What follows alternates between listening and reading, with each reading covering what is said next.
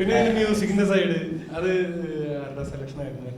സായി ബംഗർ ഞാൻ സെലക്ട് ചെയ്ത് തന്നെയാണ്. അതെന്താ വെച്ചാൽ ഞങ്ങളെ കുറേ മ്യൂസിക് ഡയറക്ടേഴ്സിനെ ഞങ്ങൾ നോക്കിയിരുന്നു. അപ്പോൾ ഒരു പുതിയ ഫീല് കൊണ്ടുവരാനായിട്ട്. അപ്പോൾ ഞങ്ങളെല്ലാം സംസാരിച്ചിട്ടാണ് എല്ലാം തീരുമാനിക്കുന്നത്. അപ്പോൾ ഞങ്ങൾക്ക് അങ്ങനെയൊന്നും കറക്റ്റായിട്ട് വന്നില്ല. ഒന്നും അങ്ങനെ എല്ലാവരും എത്തിച്ചേരാൻ പറ്റിയില്ല. ആദ്യം പോണത് വരാൻ തോന്നുന്നു. സൈൻ ചെയ്തിട്ടില്ല പുള്ളി. ആശ കൂടെ ഇറങ്ങിയിട്ടുണ്ട്, അല്ലാതെ വേറെ ഒന്നും റിലീസായില്ല. സിനിമ ഒന്നും സൈൻ ചെയ്തിട്ടില്ല. ആ സമയത്തും പുള്ളി ഇപ്പം നമുക്കൊക്കെ ആശ കൂടെ മാത്രമേ അറിയാം, ബ്രോയിന് ഇയാളുടെ വർക്ക് അല്ലാതെ അറിയായിരുന്നത്. എനിക്ക് ആസകൂടെ ഇറങ്ങിയതും കച്ചി സാർ ഒരു ഹൈപ്പാട്ട് ഓക്കെ ഡൺ. ആസകൂടയിലൊരു പരിപാടി ഉണ്ട്, സൗണ്ടിങ്ങിലും മെലഡിയിലും ക്ലാസിക്കൽ ടച്ചിങ്ങിലും എല്ലാം എനിക്ക് ഭയങ്കര രസമായിട്ട് തോന്നി, ക്ലാസ്സായിട്ട് തോന്നി.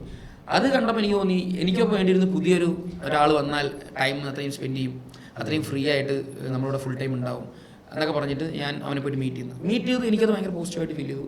പക്ഷെ അന്ന് പുള്ളിക്കാരൻ ഈ പറയുന്ന ഇത്ര പടങ്ങളൊന്നും കമ്മിറ്റ് ചെയ്തിട്ടില്ല. ദെൻ അവനും കഥ കേട്ട് ഭയങ്കര ക്രേസായി. സോ ഓക്കെ നമ്മൾ ചെയ്യാമെന്ന് പറഞ്ഞിട്ട് അന്ന് അവനത് ഇന്നായി. പിന്നെ അതിനുശേഷം ഓരോ മാസം അവൻ ഓരോ പടം അനൗൺസ് ചെയ്തുകൊണ്ടിരിക്കുകയായിരുന്നു. പിന്നെ ഞാൻ ഈ പടത്തിൻ്റെ റീ റെക്കോർഡിങ് വർക്കിന് പോകുമ്പോൾ അവൻ്റെ അത്ര ബിസി ആരുമില്ല തമിഴ് സിനിമയ്ക്ക്, അത്രയും ബിസി. സോ ദെൻ പിന്നെ ആസ് എ ഫ്രണ്ടായിട്ടുള്ള ആ ഒരു ബന്ധമുള്ളതുകൊണ്ടും ഹെൽത്തി ആയിട്ട് ബാക്കിയെല്ലാം സൂപ്പറായിട്ട് നടന്നു.